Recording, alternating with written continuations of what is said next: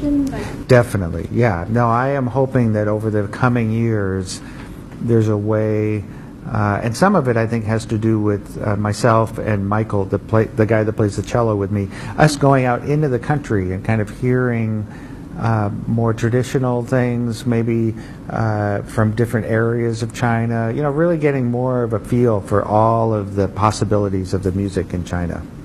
Okay, because China music, I think the traditional, it is much quieter, and I think like your music is more like the rock music, and so how you That's the fun part, is how you blend it and bring it together. Yeah, and that's the challenge, but that's what makes it fun, because the person playing the traditional music, if they're open-minded and interested in new ways of expression, they hear what I'm doing and I hear what they're doing, and we find some place in the middle that can make something totally new and different. And it's a way, too, sometimes to bring some of the traditional ancient sounds into the future, in a new way. And it can be a lot of fun. So, right. But you look typically more like a businessman. Right. And do you think like the personality quite differs to each other, or quite contrary to each other? They can, and I think for me, I've really tried, and I think this is true in life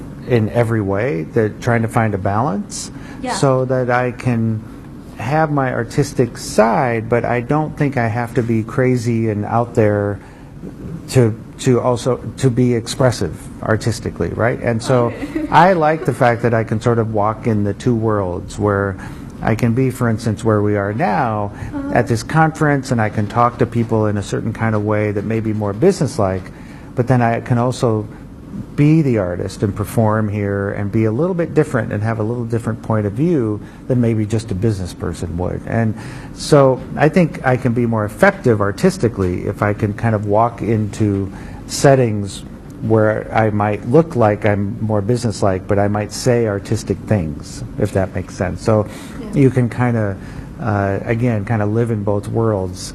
And to me, that's what life is about. It's about the balance of two things. I think you grew up in a very modest family, I would say, and it is quite different. It also like most of America, or I would say majority of America, are a bit arrogant. And so how you keep this kind of like the good marriage? Well, I think, I grew up in the middle of the country, in the Midwest, and I think that Omaha, right, and the history generally of people in the Midwest is they're very down to earth, very kind of simple, don't think about, don't make things too complicated and all that, kind of like farmers in China maybe, it's that farming kind of mentality, because a lot of people in the Midwest came from farmers, and so you think kind of differently, more simply, and that we're all in this together, and every, as opposed to thinking somehow that you're special or exceptional. And that was something, again, that I really learned from my parents and all the people around me, that yes, I was special, because we all are, everyone's special, but that's the point, everyone is, it's not that you're different than anybody else either, and so it was really just the surroundings I grew up in. And I was very lucky. Yeah, I think so. And have you got a lot of shock when you go to New York?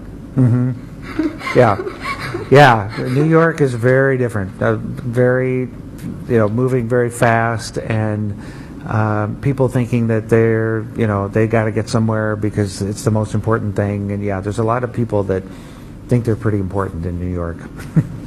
Okay, and you still enjoy living in New York? But I do enjoy it. I'll tell you one thing. I mean, New York has an incredible amount of activity and energy and possibility. So many people are there doing so many different things, and many people are very, very good at what they do. So you have the very best in, musicians or theater or, business in a lot of ways. So you've got a lot of the best people working hard in New York. Now, at the same time, my wife Jennifer and I, we actually moved just north of New York, and we actually live in the country. So we sort of have the best, again, it's the balance. It's a yin and yang, right? So we are in the country, and enjoying the simple, quiet country, but then we take the train into the city and we have that too. And it's nice to have both. Oh, it's really, really amazing, right? Yeah, very, very lucky. Yeah, you're quite lucky. And one last question, but I think a lot of people has already asked you 1,000 or millions of times, but I need to ask another 1,000 millions. Yeah, right. Okay. Sure. Okay, your father influence. Yeah, his influence? Yeah, in your life. Well, so many ways, as every father is influential, but probably the biggest way is seeing someone live truly authentically, truly themselves. I mean, my dad was never trying to impress anyone. He was never trying to be something for somebody else. He was never he really, that I saw, I'm sure in different times in his life this was true like it is for everybody, but he never thought he couldn't do it. You know, he believed in himself and stayed true to that and didn't try to be, again, you know, something for someone else. And so what I saw is someone every day loving what they did, believing in themselves, being true to themselves. And that's a very, very powerful thing to see and realize that I can do that too. And it wasn't about making money. It was just about being true to yourself. And that can take time. I mean, it can take time to find yourself. I mean, you can go down a path and go, oh boy, that's actually not, this doesn't make me feel fulfilled, feel happy. And that could take 10 or 15 years, but that doesn't mean you failed. It just means you've learned that that's not what you want to do. And you can back up and hopefully go down another path. So just because you find yourself maybe at, 25, 30, even 40, some people don't really find what they really love until they're older. But that's okay. I mean, sometimes it just takes some time. Other people know it right away when they're little kids. They know they want to be a doctor or do something, and they love it. And so it's different for everybody. But there's no right way, or it's never too late, or that kind of thing.